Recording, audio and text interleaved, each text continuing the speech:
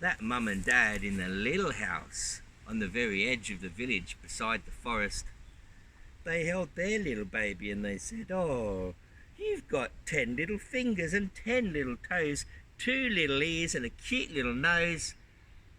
What's that bump there, right on your shoulder?" And sure enough, that little baby born that day had a little bump on his shoulder. How big? About, if you've got the very tip of your finger, children, and you hold your fingers like that and you hold it so you've got a tiny little bump, just a tiny little bump, as small as you can make it. That's how big the bump on the shoulder was. But still, it was there. Would you like a bump like that? It's not so bad, is it?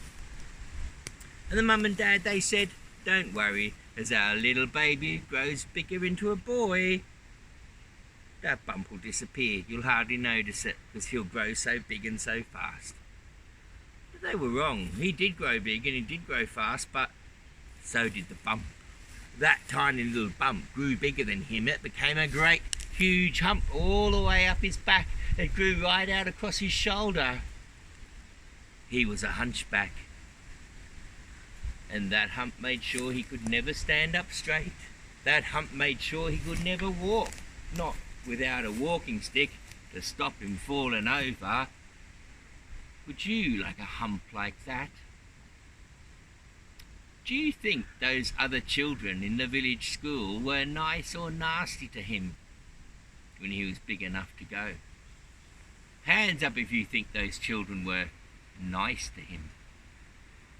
Hands up if you think those children were mean. If your hand's up now, I'm afraid you're right. Those other children bullied him and called him names, and the biggest and the worst bully of all was the boy with the same birthday. The boy who lived in the great big house on the top of the hill. His name was Tax. He was the best at running and the best at swimming and the best at climbing trees. Tallest boy in their class. He gave the boy with the hunchback a name. "Ha ha," said Tax. "Let's call him Hunchy Boy. Hunch, hunch for hunchbacks. He can't forget who you are."